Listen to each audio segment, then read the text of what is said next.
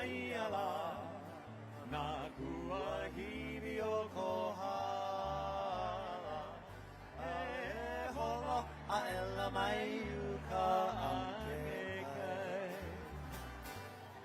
ke holo a ela mai uka ake kai ma o aku o ale nui kaha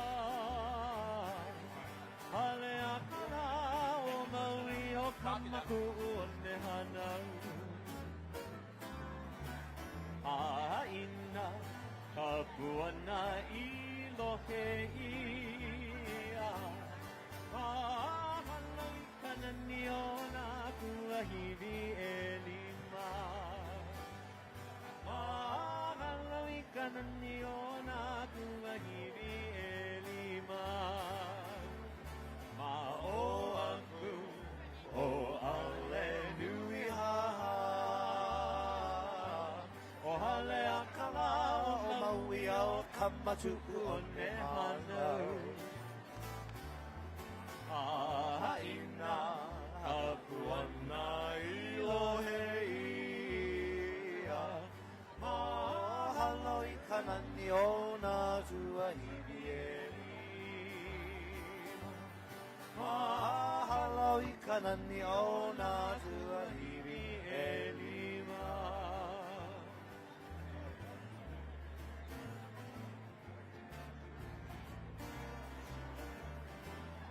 Hano hano pauahi I kauhi vai Hame kaua ki le hone O ke kuahi ving One ana I ka leo O ke kele pona E kono mai ana ia ue ki paku Hano hano pauahi Ai kauhi vai Me kaua ki lihune O ke kuahi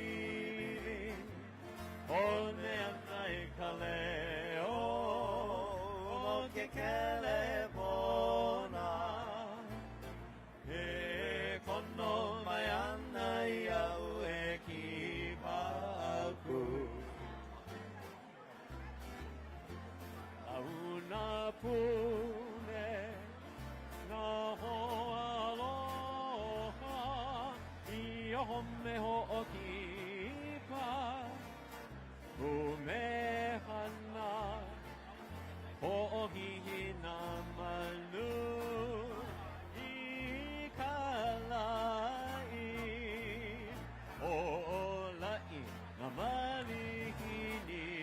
Ladies and gentlemen, we'd like to ask you to start to begin to take your seats. Mahalo.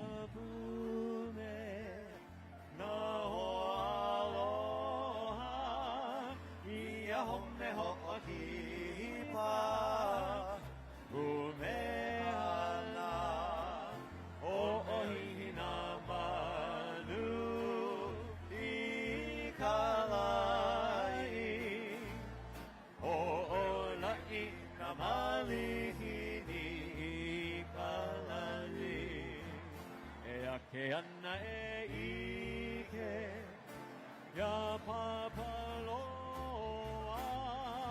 aheloa mai ho I kau I home kaulana o ia uka moani ana ke ala o Ana e ike ya papaloa aheloa mai ho I kau I home kaulana o ia uka moani ana ke ala o na me ole ke ala nui ki ke I ka honu mali ho I a kaji he aku no wau o mai o ko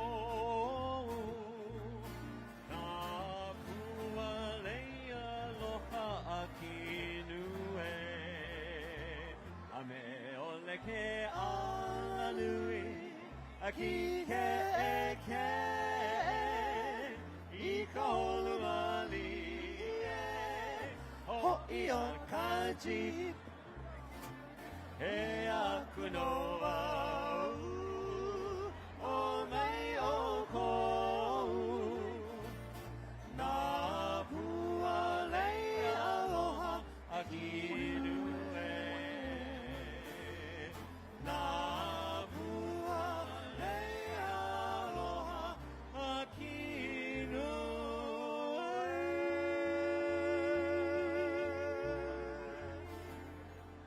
Hang on for just a moment. I'm going to give a 2-minute warning, and then you guys can pick up. 2-minute warning. Ladies and gentlemen, 2-minute warning. Mahalo.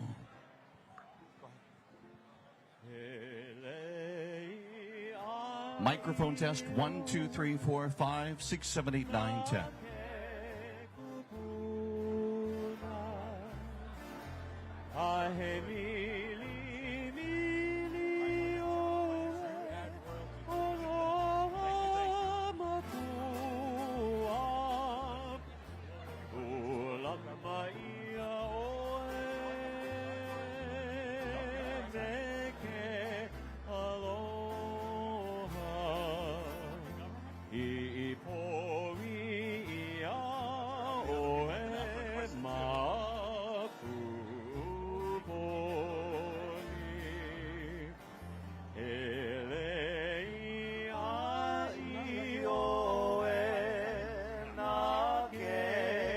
Ladies and gentlemen, we're about 1 minute away. We'll ask you to take your seats, please. Mahalo. Test 1, 2, 3, 4, 5.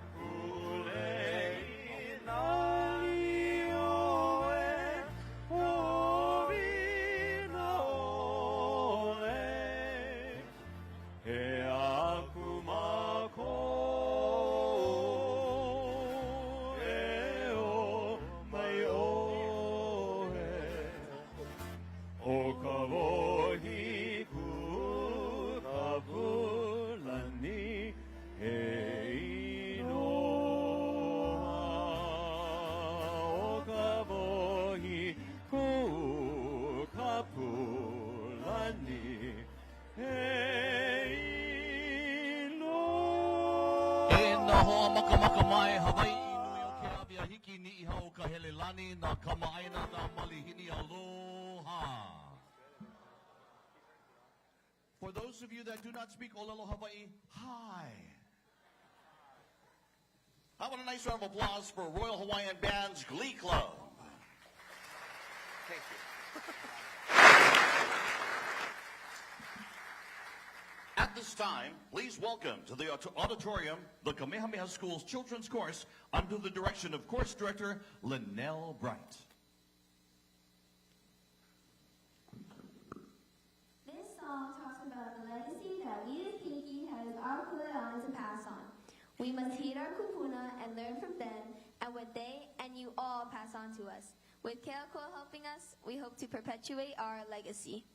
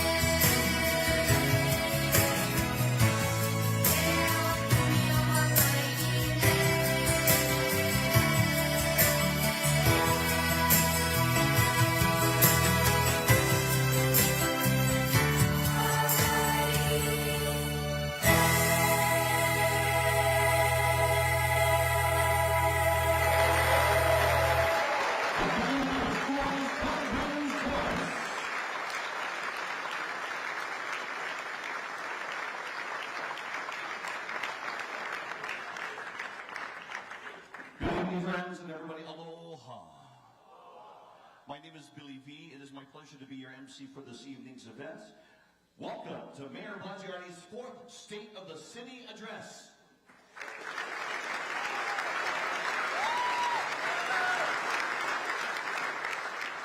Before we begin with tonight's program, we'd like to take a moment to recognize some key leaders in attendance with us this evening. First off, Governor Josh Green.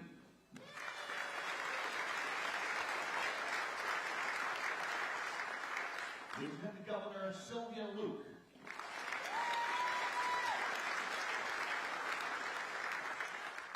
Led by Chair Tommy Waters, members of the Honolulu City Council.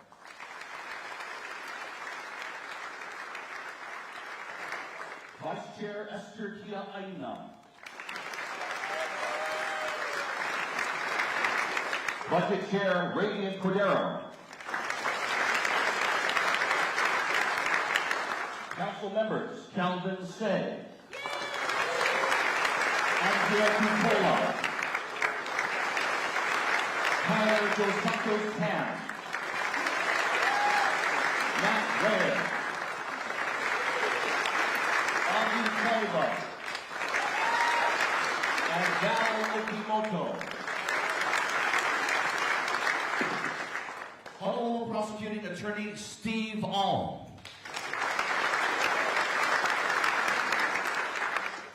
Former governors of the state of Hawaii, Neil Abercrombie.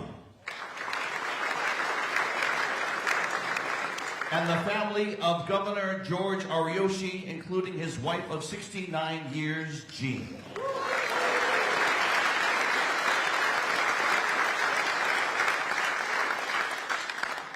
County mayors, Maui Mayor Richard Bisson.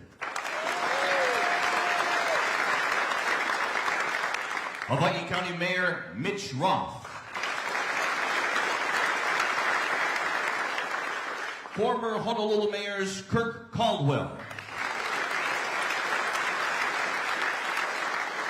And Mufi Hanneman.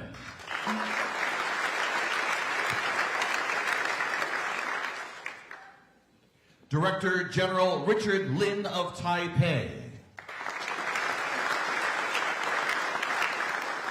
Consul General Kodama of Japan. Consul General Lee of Korea.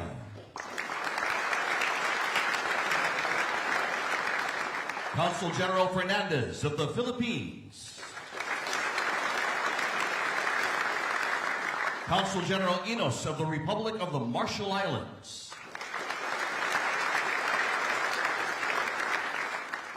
Tonight, we are also honored to be in the presence of some truly remarkable military leaders. Admiral John Aquilino, Commander, U.S. Indo-Pacific Command. Lieutenant General William Journey, Commander, U.S. Marine Corps Forces Pacific. Major General Mark Hashimoto, U.S. Marine Corps Mobilization Assistant to the Commander, U.S. Indo-Pacific Command. Colonel Stephen McGonigal, Commander, U.S. Army Garrison, Hawaii. Colonel Rachel Sullivan, Incoming Commander, U.S. Army Garrison, Hawaii.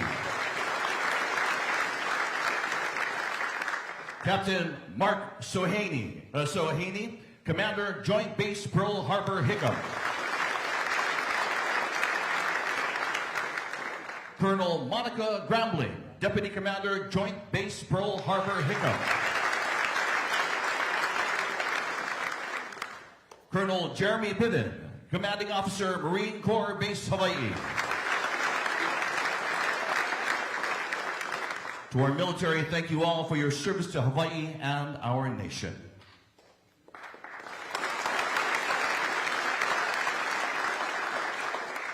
At this time, please rise for the posting of the colors by the University of Hawaii Naval ROTC Unit.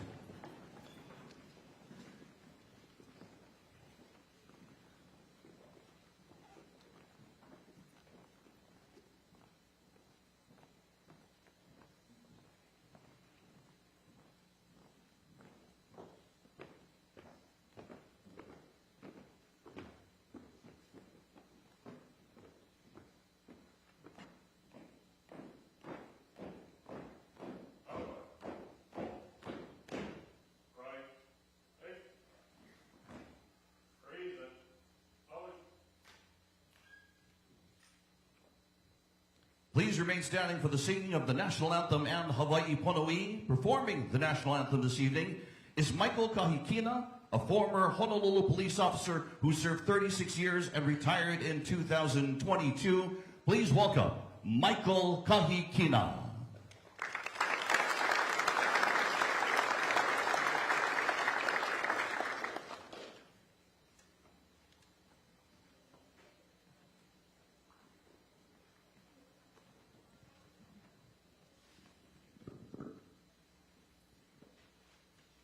Oh, say, can you see by the dawn's early light what so proudly we hailed at the twilight's last gleaming, whose broad stripes and bright stars through the perilous fight, o'er the ramparts we watched were so gallantly streaming,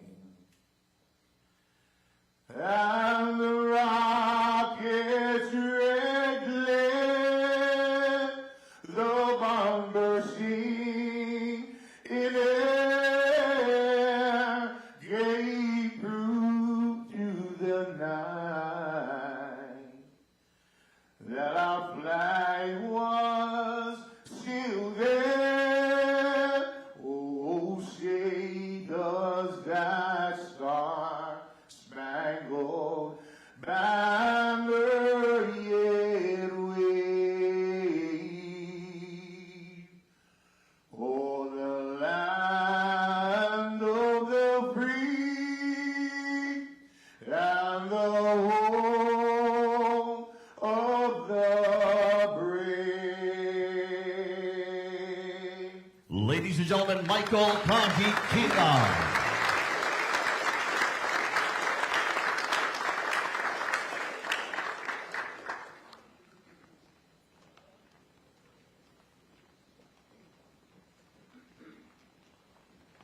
Performing Hawaii Pono'i for you this evening. Once again, please welcome back the Kamehameha School's Children's Chorus.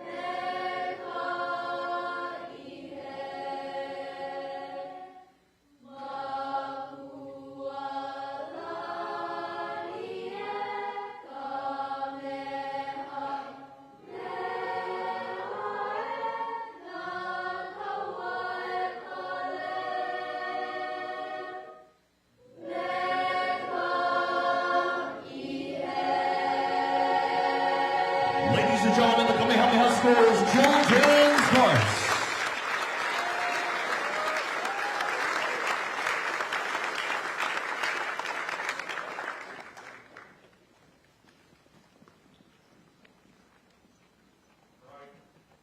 Ladies and gentlemen, please remain standing as we retire the colors. As we retire the colors, please show your aloha for the University of Hawaii Naval ROTC unit. Pa'ipa'i limang kākou.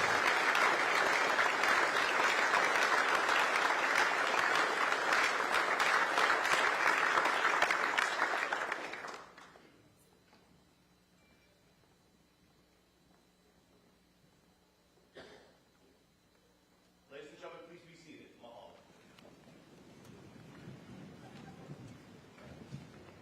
Opening the program this evening, please welcome, performing the Oli Wa'au Hawaii Yes Day has arrived. Please welcome Kumuhula Nalani Keale.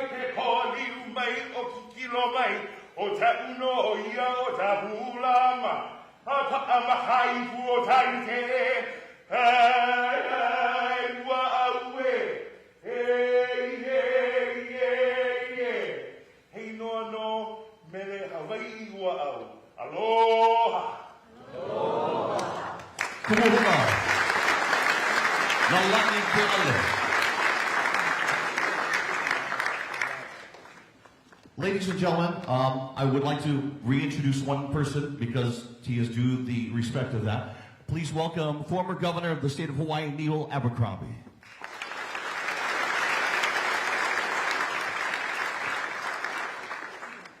At this point in time, the official program is about to begin, which means that we'll be joined across the state of Hawaii due to our broadcast partners. Thank you, broadcast partners.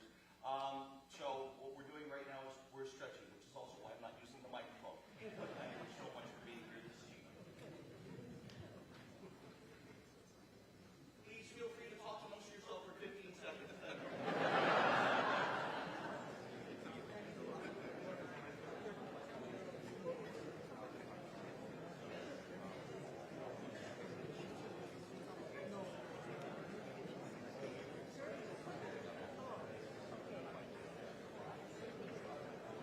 Sorry, I lied. 15 seconds from now. Okay.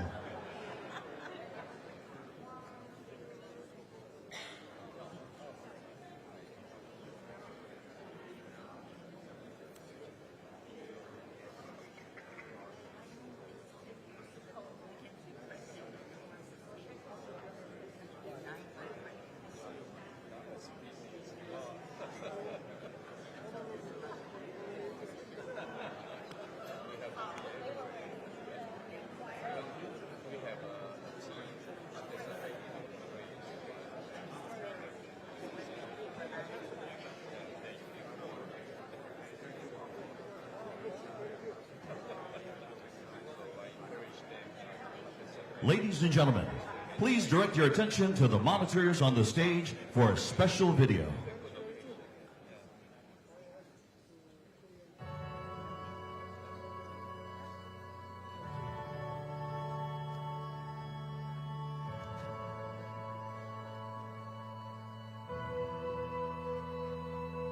Oahu is a special place, deserving of special care for our people, for our land, for our next generation. There's a lot to improve and a lot to fight for all of us. We talk so often and so proudly about who we are as a people and our love of each other and our aloha spirit that separates us from everywhere else on this planet. And the City and County of Honolulu leadership team is going to answer the bell. Together, motivated through inspired and innovative leadership, we are leading Oahu to a better future. 3, 2, 1. That requires focus and courage in the face of tremendous adversity. Bold decision-making, creativity, passion, teamwork, and when it comes down to it, plain old hard work. We are absolutely committed to our promise to deliver for the residents of Oahu, from the South Shore to the North Shore, from the windward side to the leeward coast. We're going to do the very best job we can by this community because it deserves it. We are distributing hundreds of millions of dollars to help thousands of local residents with rent and utility bills, preventing homelessness by keeping a roof over their heads. We are confronting the daunting challenge of homelessness with determination and empathy. We are making progress on our promise to deliver 18,000 affordable housing units, so our kids won't have to leave to afford a home. 9 months ago, the lot behind me was empty. Now it will be home to 26 individuals and families.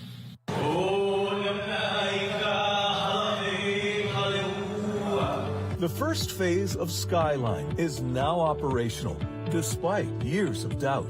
You cannot overstate the word historic. You cannot overstate the word iconic. And you cannot overstate the word transformative. The project will continue to revolutionize transportation on Oahu as the line connects key employment and economic zones, including the airport. We are using cutting-edge technology, including artificial intelligence, to speed up the permitting process. And we are working side by side with the construction industry to rebuild our economy.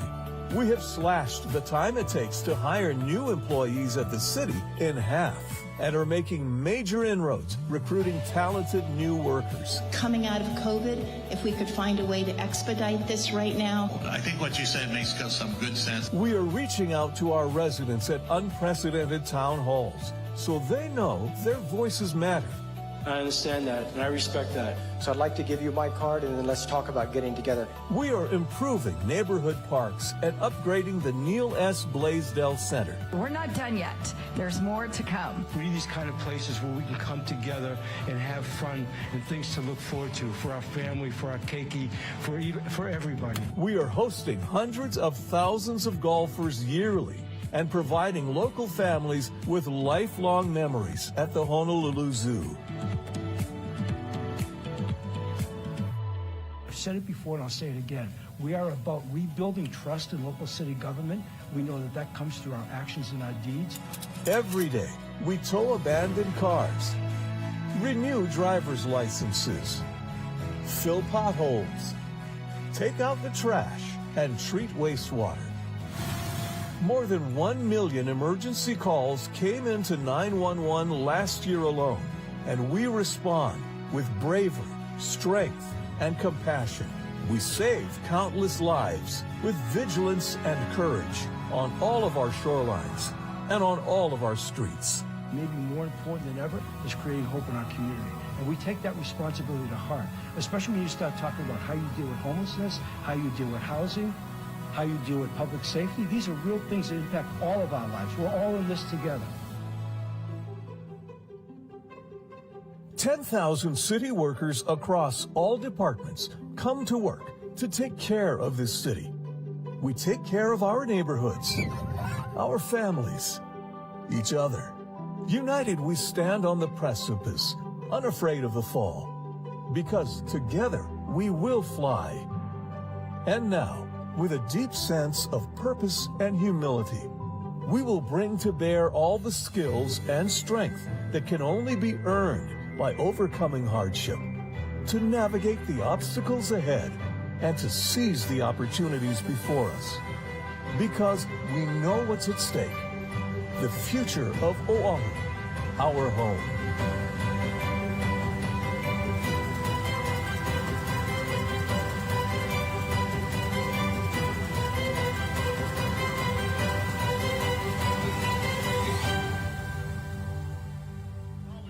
The 15th Mayor of the City and County of Honolulu, the Honorable Rick Blangiardi.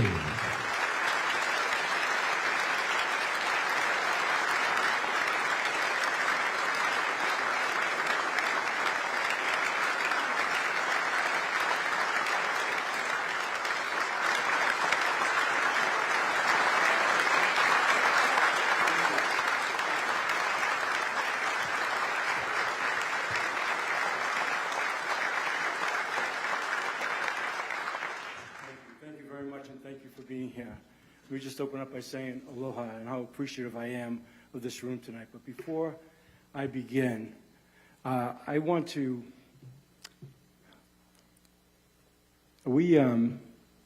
I could do this impromptu, I guess, because the monitor is not working. This is great. Hello, everybody. Welcome to what will be a very interesting hour, I promise. All right, and I could have done this from my heart because this part doesn't have to be on a prompter because I want to acknowledge the all-time love of my life, my wife, Karen.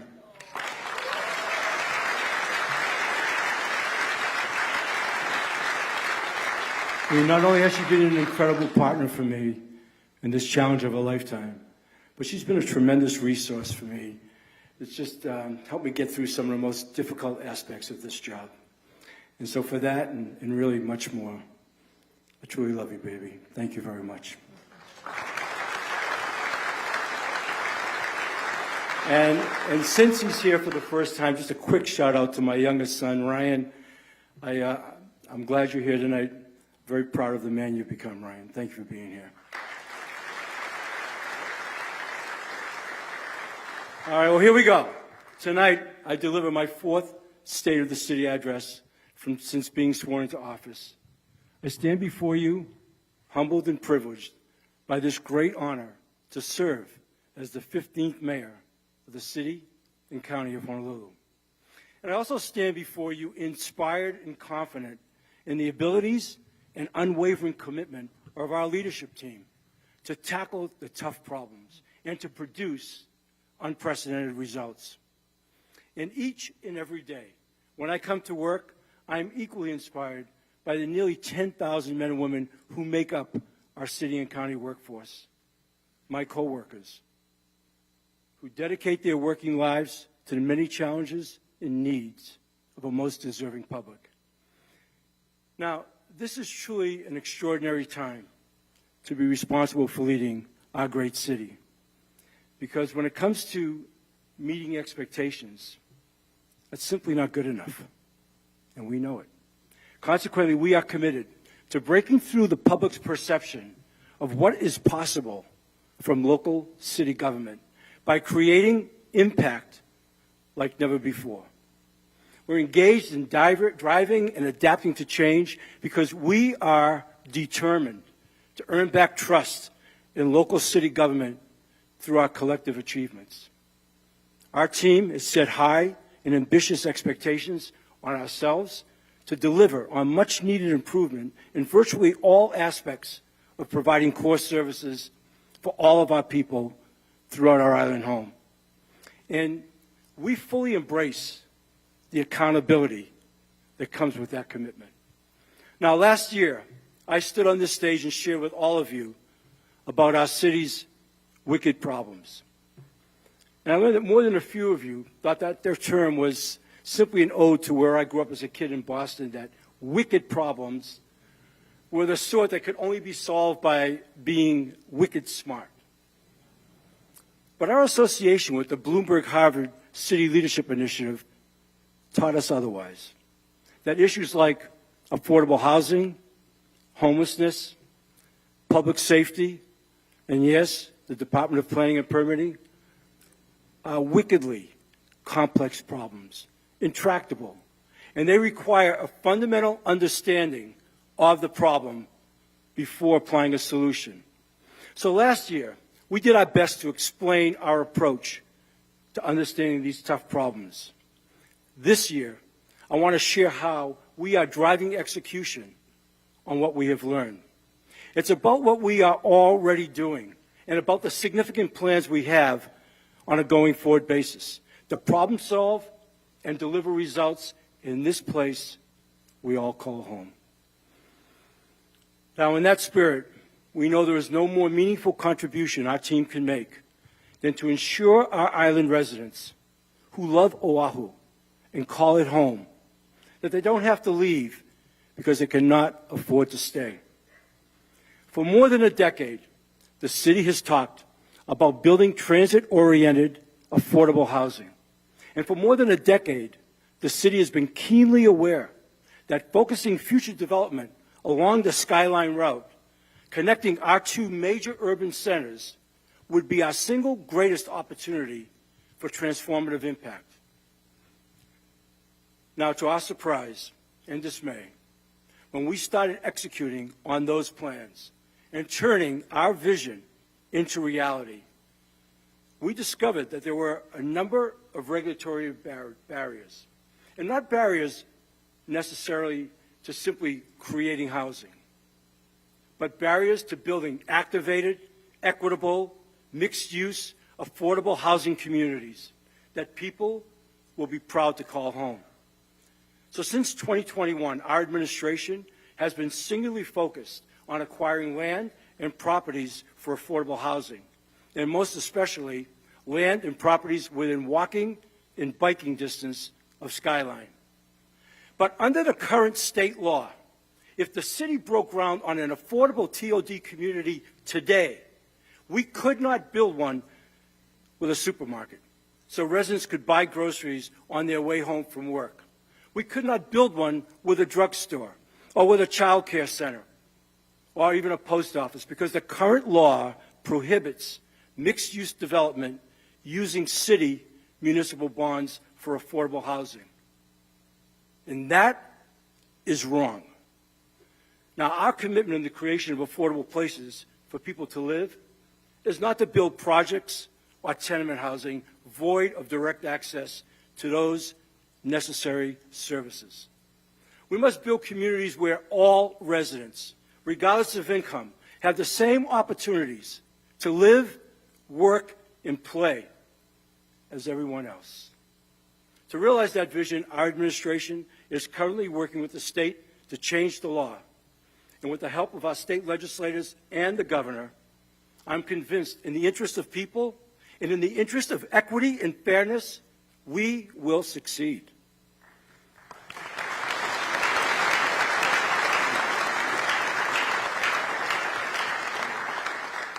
We are starting in Evil. Earlier this year, we finalized the $51 million acquisition of what is now the single largest property adjacent to a current or future rail station that has been designated for affordable housing. At nearly 4 acres, we envision Evil Center as the future centerpiece of an iconic mixed-use TOD complex, home to as many as 1,500 affordable housing units. Now, as a result of our acquisition, we are working with HART to completely redesign the Evil station, allowing for better pedestrian and bicycle access and increased connectivity to other forms of public transportation.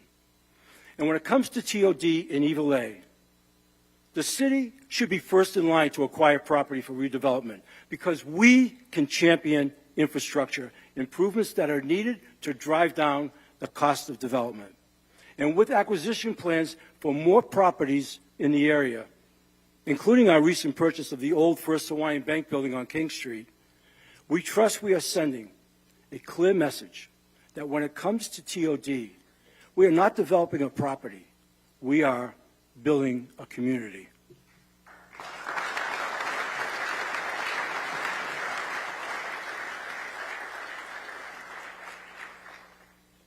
Now, I'm convinced that as we enter planning and design later this year, that our families will see the benefit of building activated, affordable housing communities with a focus on people, lower housing costs, and an increased quality of life.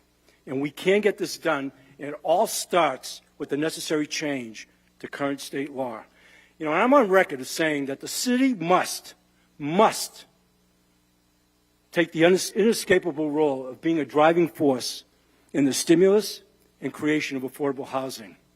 And if becoming that driving force requires changes to legislation, that is a commitment our administration has clearly made. It is also a commitment that requires leadership, vision, and bold decision-making.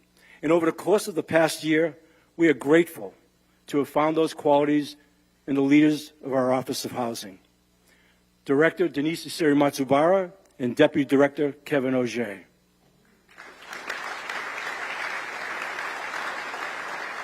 Now, last year I spoke of our need to evaluate whether the city's current organizational structure as it relates to housing best supported our housing goals. Tonight, on the strong recommendation of our Housing Task Force, I'm announcing my intent to merge the Office of Housing with our highly talented real estate team in the Department of Land Management to form an entirely new department, the Department of Housing and Land Management. Thank you. The synergy in merging these two operations into one will right-size the city in its important role in affordable housing, a role that has been strongly supported by the City Council. And for their vision and leadership, I'm appreciative and most grateful. Mahalo. Now our new department will comprehensively set affordable housing policy. They will work to finance housing projects, including through the Private Activity Bond Program. They will coordinate planning, design, and development of future housing units, and they will relentlessly push regulatory and process improvements. The Department of Housing and Land Management will continue to lead our Affordable Housing Working Group, the cross-sector arena where all city departments have a role in housing that come together to coordinate, problem solve, and produce smart, disciplined results. The department will also be chiefly responsible for carrying out the mission and vision laid out in our administration's first housing plan, which set the ambitious production goal of 18,000 units by the end of the 2029 fiscal year. And our progress to date is encouraging. And our hardworking team has already committed $393 million to a total of 18 housing initiatives across the island, including land and building acquisitions, rehabilitation of affordable housing units with longer affordability, commitments and conversions of existing buildings into housing. So going forward, our commitment is to make sure that every city council district on our island receives their fair share of our city's investment in affordable housing. That, you have my word. Now, to ensure that that happens, we realize the need to increase the number of people on our team to have the skills required to execute on our housing strategy. And we will get that done. Now, we also need to find ways to overcome the many significant regulatory barriers that stand in the way of building the affordable housing our community needs. Just last week, UHERO reported that the median sales price of a new two-bedroom condo in Hawaii is $670,000. Now, that is double what it costs in most states on the mainland. And of that, the study determined a full $387,000, or nearly 60% of the cost, comes from regulatory burden. Now, we know the building industry in Hawaii can do little to control the cost of material and equipment or the price of shipping. But we refuse to stand idly by while regulatory restrictions add to development costs so dramatically that projects capable of adding hundreds of housing units die before ever breaking ground. Now, I've said from day one that we want to be more of a facilitator than a regulator. And local government has the most direct impact over housing production through land use, our own regulations, and housing policies. Our new Department of Housing and Land Management will review regulations, rules, ordinances, and statutes to evaluate what works as well as what needs to change to achieve our housing goals. And we will continue to work closely with our colleagues at the City Council and in the state, and we will do it effectively.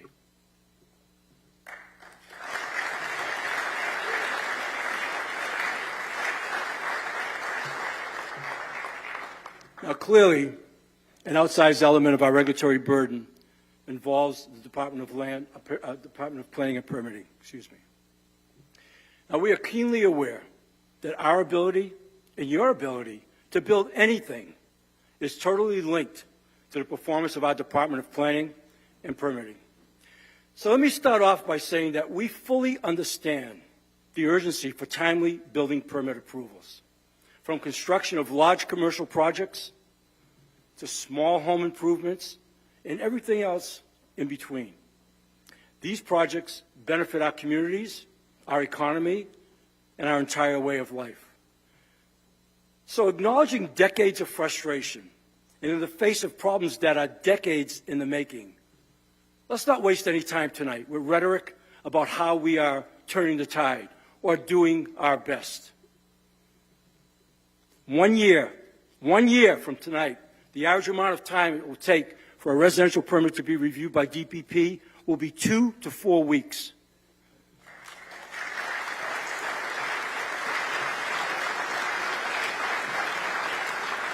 And in the year following that milestone, commercial permit applications will be reviewed by DPP in 6 months or less. Now here's how that's going to happen. Last month, following several years of research, planning, and procurement, DPP began the 18-month implementation of a brand new permitting software to replace POSSE, which is the system DPP has used to manage permit applications for more than 2 decades. Now think about that. Right now, we are replacing a permitting system that is older than the iPhone you have in your pockets. The new software is called Clarity. It's a powerful, user-friendly system that, when combined with e-plans, will provide the automation, transparency, and effectiveness that our customers have been waiting for, and they will begin to feel its impact in short order. By this summer, the e-plans platform that currently feeds all permit applications into POSSE will be integrated with the new system, showing users the status of their applications. No longer will you need to call DPP for an answer to the single most asked question in all of city government. Where is my permit? And look, and I left out the expletives. Now, it goes without saying that the installation of a new permitting system isn't easy. The entire team at DPP, led by Director Don Takeuchi Apuna, have been working not just on the implementation, but on making sure every step of DPP's existing processes are fully integrated into the new system as well. Now, a year ago, I stood here and explained how DPP was using AI, artificial intelligence, to pre-screen applications, and that the average pre-screen wait time had gone from an average of 5 months to an average of 5 weeks. Today, it takes 3 days, and the backlog has been completely eliminated.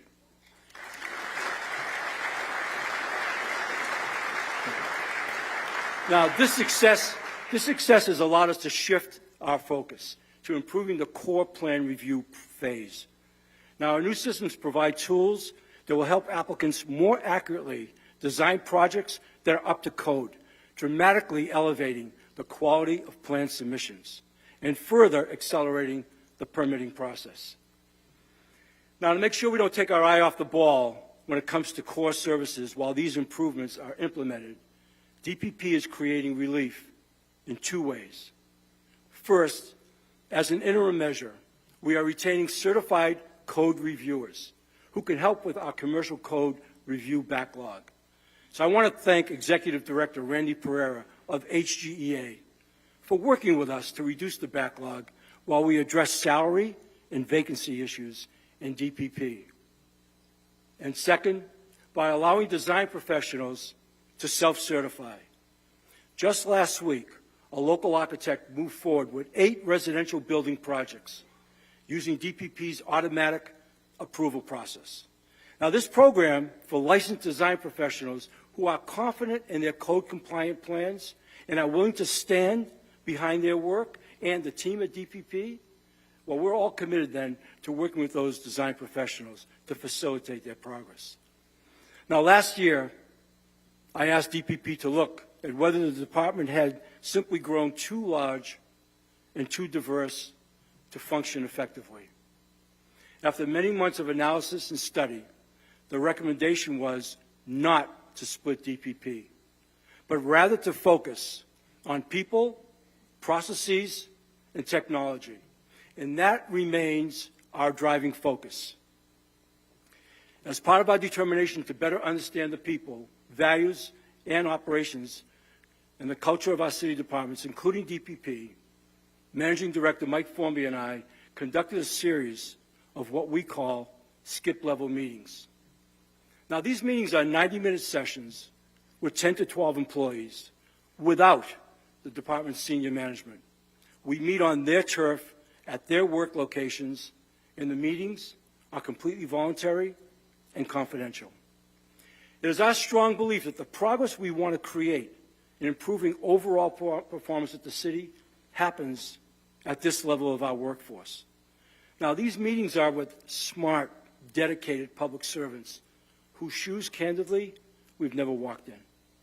Our discussions focus on the employees' insight and recommendations on improving their working conditions and departmental operations, while at the same time allowing Mike and me the opportunity to share with them our perspective on what it is we are trying to accomplish as an administration. These meetings have been more than inspiring to see firsthand the pride and caring these men and women have in the work they do, while at the same time learning how we can help them perform better. Because in the same way that we are working to earn back the trust from the public, we have to earn the trust of our employees too.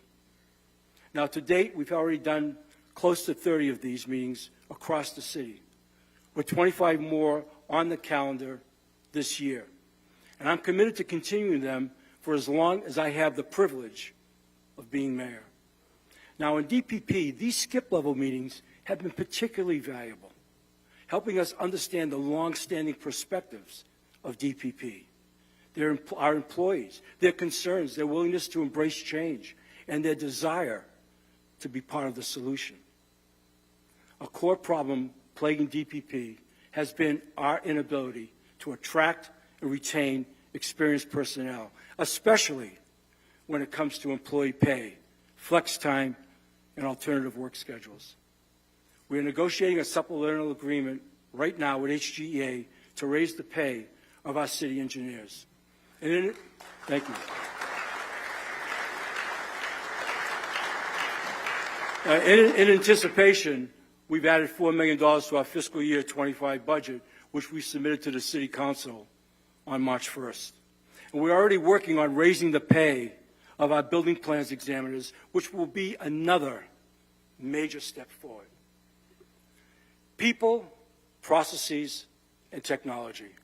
Our steadfast commitment to DPP's expert workforce, our work on standard operating procedures, and using technology for automated reviews that assist our people, not replace them, and our overhaul of the department's antiquated technologies from top to bottom. The important work we are doing at DPP across all three of these sectors is yielding encouraging results. And while we are fixing DPP, there are other issues we are addressing, like illegal short-term vacation rentals, which are not good for business. They're not good for business, and they're not good for our neighborhoods, and neither are monster homes. Consequently, DPP staff now should be able to significantly improve our enforcement efforts in the weeks and months ahead with new software that will empower our inspectors. You know, we've already seen what the DPP team is capable of working with a solar task force of industry experts. Now, that's a business sector that represents more than 60% of our permit applications. The relentless attention and commitment that we've put into systemic changes at DPP has never been about producing average results, because meeting expectations is simply not good enough. These changes in DPP are clearly long overdue, and we are clearly not there yet. But the initiatives we have shared tonight are driving DPP to the level of efficient and effective service that our communities deserve.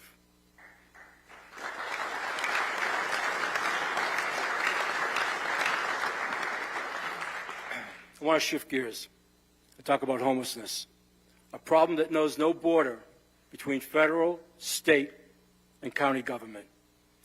Now, for those with no or limited income, many of whom are grappling with severe mental health or addiction issues. The reality is, regrettably, a life on the street.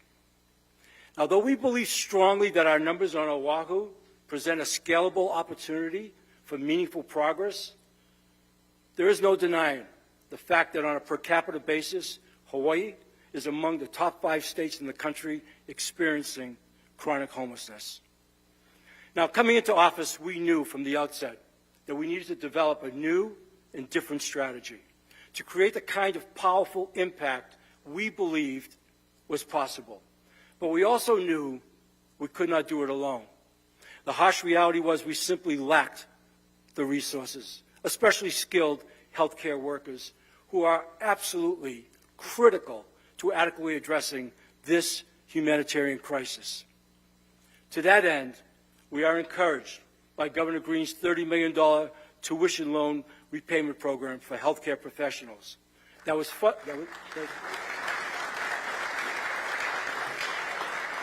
And that money was funded by the state legislature.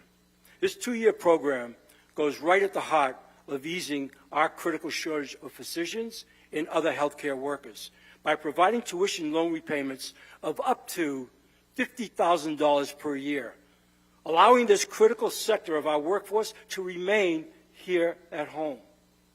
Now, I believe the election of Governor Green made possible a much-needed and unprecedented level of communication, collaboration, and compassion in terms of combining resources between the city and the state.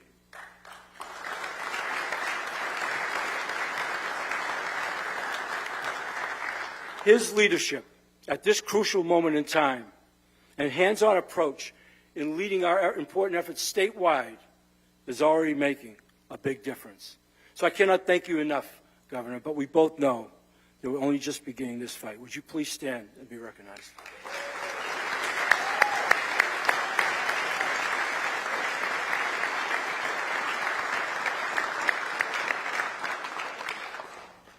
Now, we're also truly blessed tonight to have some truly extraordinary leaders in the field of providing services to the homeless with tonight. So I will just introduce them because I want to be able to do that.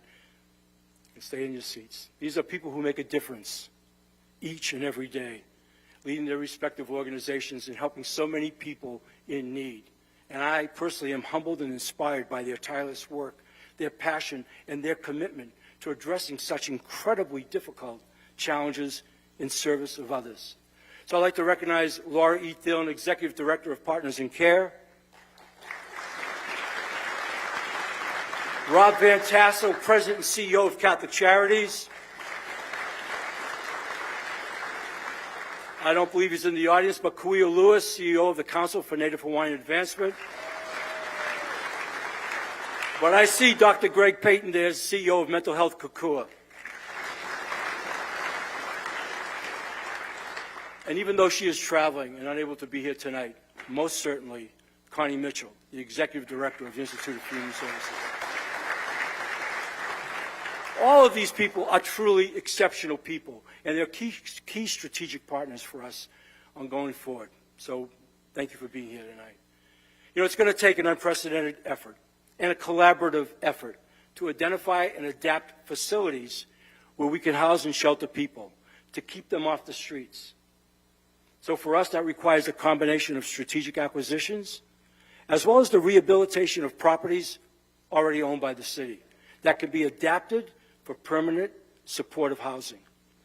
Now, we know that the redevelopment of Iwilei Center into the iconic transit-oriented community I talked about earlier will take years of planning and design. So in the interim, we've begun repurposing that facility into a triage center with at least 100 beds. Now, with medical and homeless service providers incorporated into that building, we will have the capacity to effectively treat and place hundreds of people into housing on a yearly basis. And just across the street from that facility, we entered into a partnership with the state last week to operate a behavioral crisis hub, the first ever in Hawaii, to treat those afflicted with serious mental illness. Now, since its inception in 2019, under Mayor Caldwell, city programs like HONU have provided assistance to more than 3,600 unsheltered individuals, with nearly 2,000 of them being navigated to more permanent living arrangements. And from Waikiki to Wahiawa, from Hauula to Iwilei, we are opening new homeless service shelters that will provide life-changing assistance. Now, our core program, comprised of a staff of 35 people, soon expanding to 50, with 5 ambulances and 6 SUVs, is helping those on the streets find their way to these shelters. In January, we successfully defended our public welfare laws against legal challenges brought by the ACLU.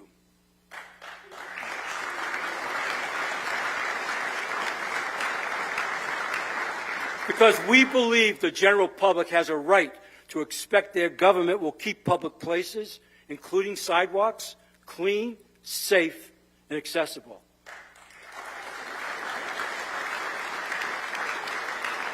And I've said repeatedly that homelessness is not a crime. And these laws do not criminalize homelessness. So our city will continue to fight any challenges to our ability to enforce the laws we have on the books.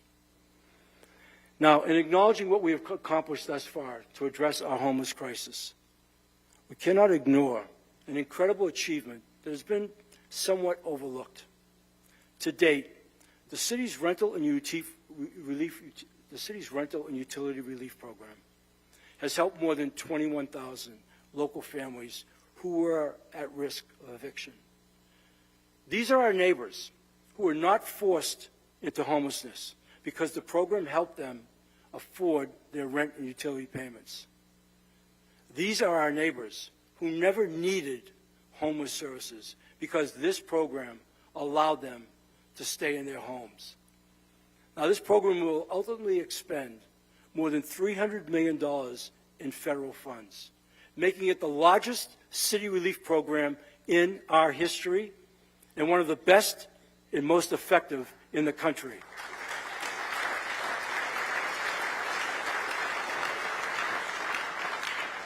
For their work in distributing these funds, we owe our Office of Economic Revitalization, as well as Catholic Charities Hawaii and the Council for Native Hawaiian Advancement, a profound and serious debt of gratitude for their tireless efforts and excellent execution. Thank you, Rob.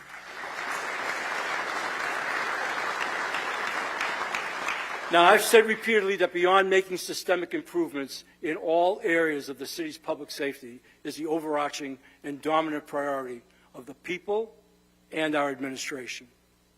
But before we talk about our public safety efforts, I do want to acknowledge Dr. Jim Ireland, who's our head of the Honolulu Emergency Services Department with both Ocean Safety and EMS. Fire Chief Kalani Howe, head of our illustrious fire department. Police Chief Joe Logan of the Honolulu Police Department. And our prosecuting attorney, Steve Arm. Where is Steve? Right here. I want to thank them for their tireless and unwavering commitment in their respective leadership roles to best serve the people of Oahu. You know, they each face extraordinary leadership challenges in dealing with the unexpected crises in people's lives and in making sure the men and women in their command can provide the highest level of quality services to the public. For that, I'm grateful. Now, regrettably today, we live in a time and world marked by real fear and uncertainty. And not just here in Hawaii, but nationally and globally. Media platforms report nonstop on war, violence, and death to what is already a weary and cynical public. And while geopolitical tensions between the U.S. and Russia, the Middle East, and especially China, contribute to us feeling less safe in the world. Tonight, we are greatly honored to have a number of totally and truly distinguished military guests in our audience, representing 4 of our armed forces: the Navy, Army, Air Force, and the Marine Corps. On behalf of the people of Oahu and a grateful nation, please accept our most sincere mahalo and heartfelt appreciation for your extraordinary leadership in all that you and your respective commands do to keep all of us safe.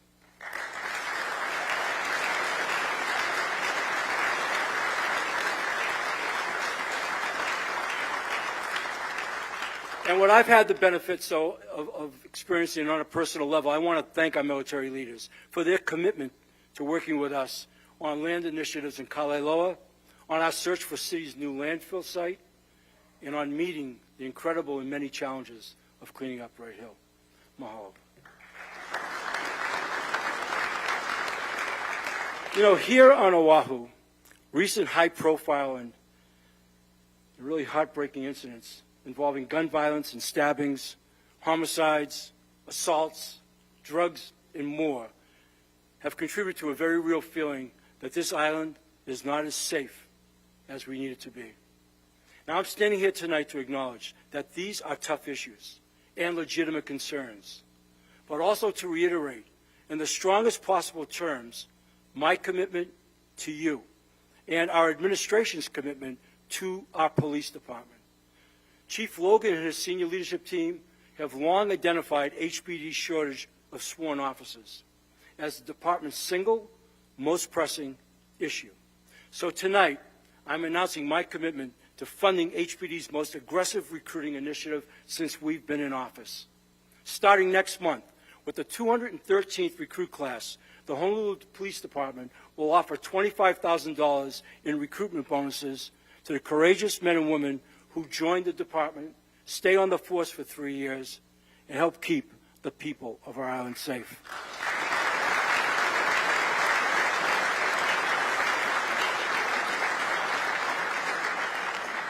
You know, we cannot keep our communities safe if we cannot keep police officers on patrol in those communities. And to that end, I have another important announcement. Earlier this week, HPD successfully completed the long-awaited installation of a fingerprinting machine at the Waianae Police Station.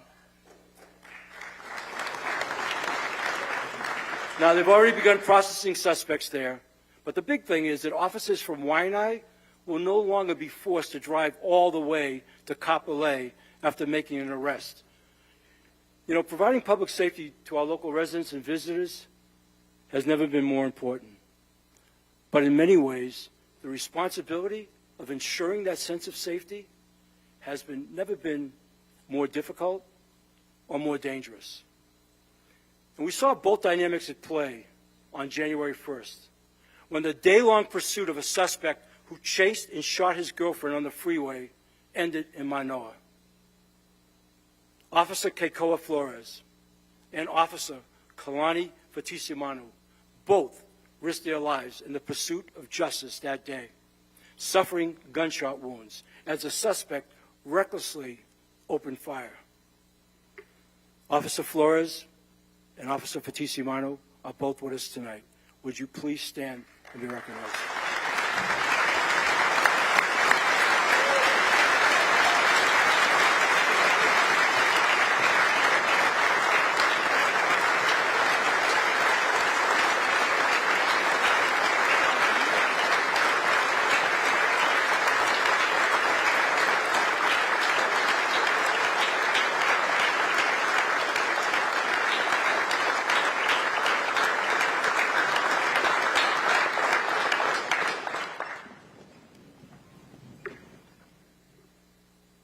Gentlemen, and to your families, on behalf of a grateful public, allow me to say that we will never forget your bravery, and we wish you both a strong and healthy recovery.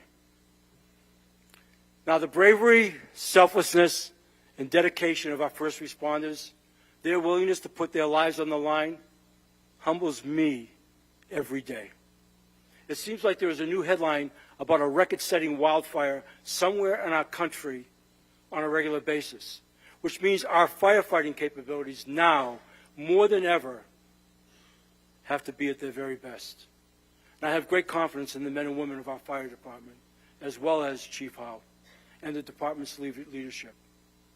When duty calls, as it did in the mountains above Mililani for more than 40 days late last year, we counted on HFD not just to keep us safe, but to take on the coordination of much appreciated and much needed state and military resources that were deployed for that challenge. And this year, we look forward to the arrival of the department's first twin-engine rescue and firefighting helicopter and the positive contribution that will have on our operational readiness. You know, we've also worked hard to improve our capabilities with the Emergency Medical Services Department as well. Today, staffing at EMS, our paramedics and EMTs, is the best it has been in 20 years, with another 48 recruits slated for the EMT Academy class in July. You know, earlier this year, we officially opened our 4th EMS supervisory district, which covers Aiea to Kahuku, to better manage the volume of the 911 calls that come from that area. And just this month, a new ambulance station based in Kalihi was put into service to assist with peak hour calls. And a second, which will ultimately service our growing Kaka'ako community, is set to open this summer.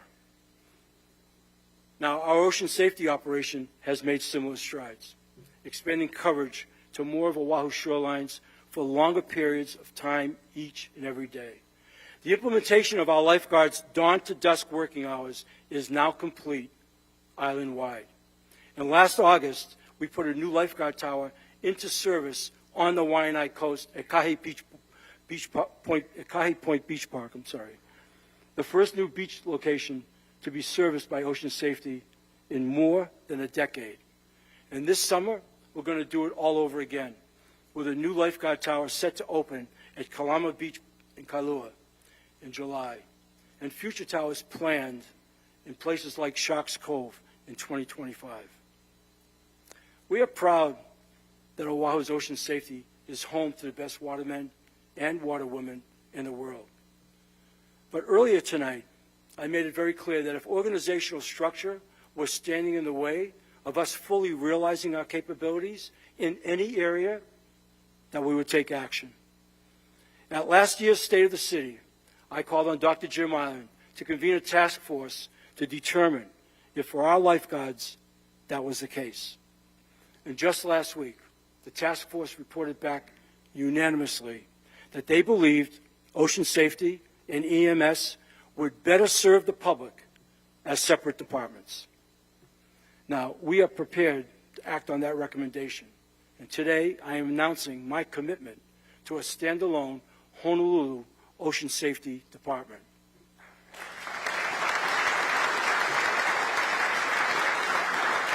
Now, it's become very clear that we need ocean safety to be independent from EMS, so it can be managed and operated with the singular focus of providing a watchful eye over beachgoers along Oahu's 227 miles of shoreline.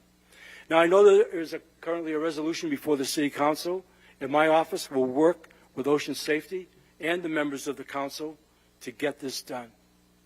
My commitment on this issue is unwavering. Now, so many of our challenges and so much of our focus involves solving problems from the inside out. We cannot provide better, more efficient, and more cost-effective services to the public without addressing issues under our own roof. Now, among the many challenges we discovered when we came into office was the excessive number of vacancies throughout nearly every department across the city. In the 2023 fiscal year, the relentless efforts of our Departments of Human Resources and Budget and Fiscal Services resulted in the city's first net positive increase in the size of our workforce in years. And with 3 months to go in fiscal year 24, DHR reports that we are actually on track to exceed our hiring rate from a year ago. Now, we're not just hiring more, we're hiring faster. What we reported in 2022 was a hiring process that took 180 days.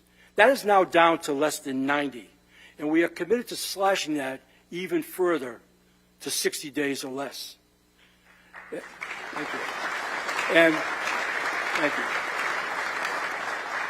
Thank you. And by simplifying the application process, becoming more user-friendly in our approach, and experimenting with initiatives like same-day hiring, we're convinced that we will continue to improve. You know, any enterprise of 10,000 people needs to have an aggressive recruiting strategy, extensive development and training opportunities, and solid succession planning in order to sustain itself. Consequently, we are creating stronger relationships with our local universities and colleges, and even the high schools, as well as the military, to source talent for vacant positions within the city. And we are committed to making sure that employees in every department have clear promotion and career development opportunities facilitated by training programs, which include leadership development. And for our senior level managers, DHR is implementing a compensation program that allows for salary adjustments, making it easier to retain these highly valued men and women that we count on in leadership roles. And lastly, we are ensuring that leadership across all of our departments integrates succession planning as part of their day-to-day operations to prepare for the departures of the growing number of longtime city employees who are retirement eligible. And so I want to sincerely acknowledge Nola Miyazaki, our director, DHR director, and Deputy Director Bugs Bacchio for their innovative ways in making this a reality. Thank you.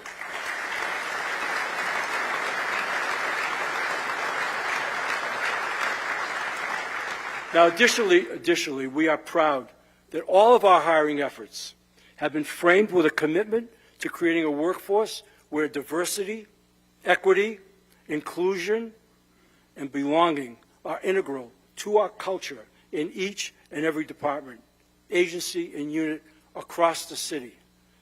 Now, in the past year, we've also focused on diversity, equity, and inclusion for our public. We passed an anti-bullying bill. We celebrated a new plaque for the Kapaimahu Stones in Waikiki. We marched in the Pride Parade. We raised the Pride flag at City Hall, and we conducted LGBTQ sensitivity training across multiple departments. And these efforts wouldn't be possible without the guidance and support of our local LGBTQ organizations, whose leaders are joining us tonight in the audience.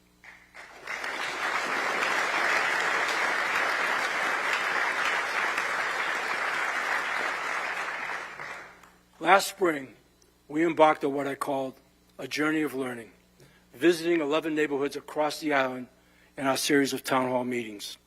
And starting next week in Kapolei, our entire cabinet team will pick up where we left off, with 11 more town halls between now and early summer. And on that journey of learning, of all the many topics and issues that were brought to our attention, the frequency and consistency in which our city parks came up was eye-opening. Our residents deserve safe, well-maintained places where they can take their families to play. And we take great pride in listening to the wants and needs of our communities, and more importantly, taking action. And as a direct result of our feedback from our town hall meeting in Laie, we released $1.5 million in funding to begin designing the long-promised swimming pool and recreation center at Kahuku District Park. Thank you. For too long, our championship caliber aquatic programs at Kahuku and world-class swimmers and surfers on our North Shore and along the Windward Coast have succeeded in spite of the fact that there is no public swimming pool between Kaneohe and Wailua.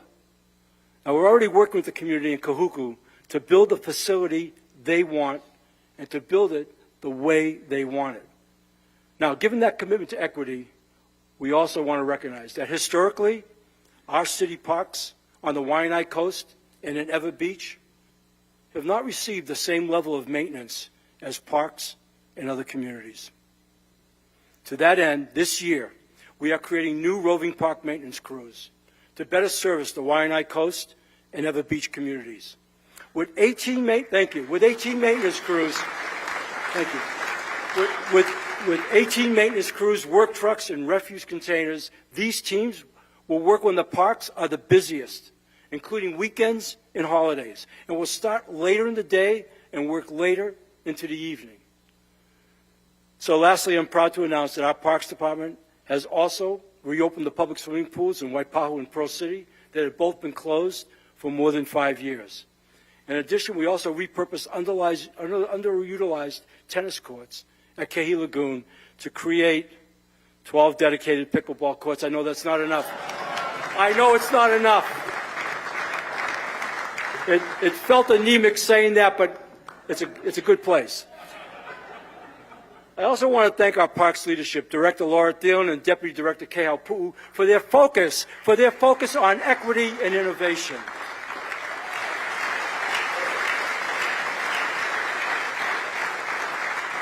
Now look, whether it's at parks, playgrounds, or any of our other facilities, we are passionate about providing the best possible experience to residents and visitors who turn up and turn to the city for recreation.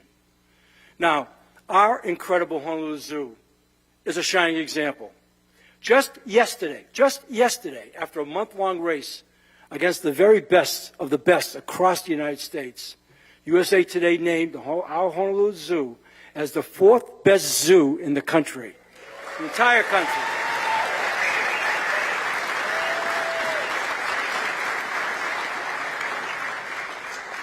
Now, I'm also excited to share with you that late last year, we also made Waikiki Vista, to the best of our knowledge, the first permanent home with a dedicated rehearsal hall for the pride and joy of this city, your Royal Hawaiian Band.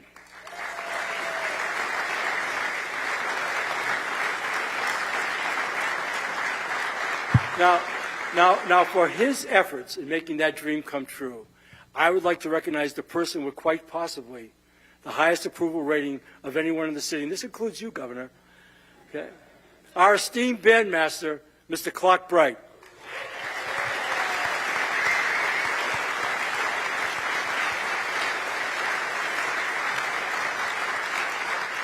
You know, the band means so much to our city and to our people, and we're proud that you finally have the space you so well deserve.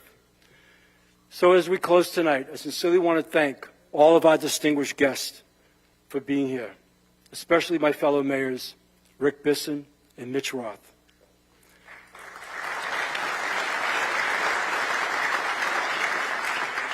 The two of you and Mayor Derek Kawakami have my utmost respect for all that you do for your people each and every day. Now, I speak for our entire team in everything that we have talked about in this last hour. Our hearts and minds are aligned. Our priorities are in order. And our commitment is to you, our residents. Helen Keller was famously quoted as having said, "The only thing worse than being blind is having sight, but no vision." Toward that end, our vision is clear. We have challenged ourselves to tackle and solve the wicked problems that have long plagued the city and county of Honolulu. We have built a budget reflective of our priorities, and we will spend your money consistent with our priorities, and what we intend will directly improve the quality of life for all of our local residents. You know, I've been involved in team sports and leadership positions for all of my life. Consequently, I have a profound appreciation for what good people can do when they come together with a shared vision and a common purpose, especially when it is for the greater good. Now, all that has been said here tonight for most of this past hour has been precisely the result of good people working together to solve tough problems for the good of our community. And our success to date simply would not have happened without the dedication, hard work, and commitment of our entire cabinet leadership team. To them, I am incredibly grateful and appreciative for their willingness to commit themselves to the daunting task of public service to the people of Oahu. Would all of our directors and deputy directors please rise for a well-deserved round of applause.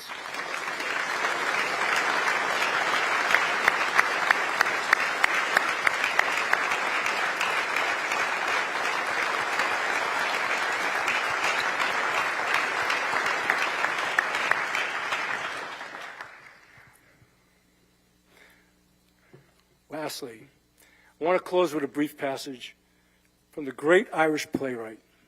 There's an Italian guy quoting a great Irish playwright, George Bernard Shaw. I've always loved this passage. It was written in 1903, but just as relevant and poignant today, and that was more than 120 years ago.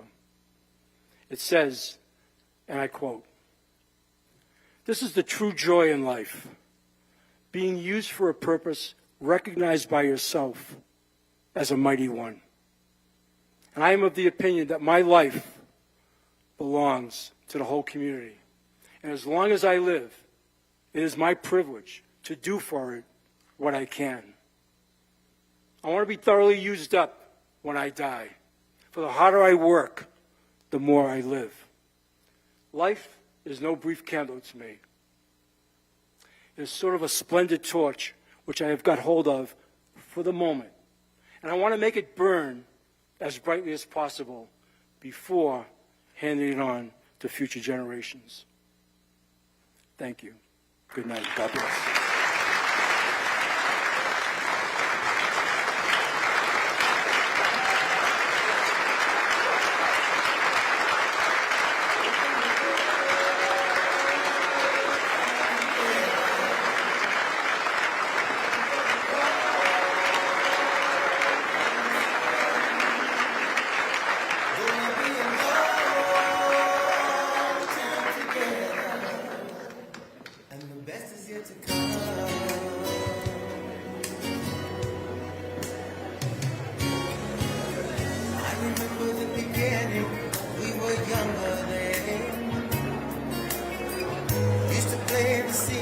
Ladies and gentlemen, mahalo for attending the State of the City address.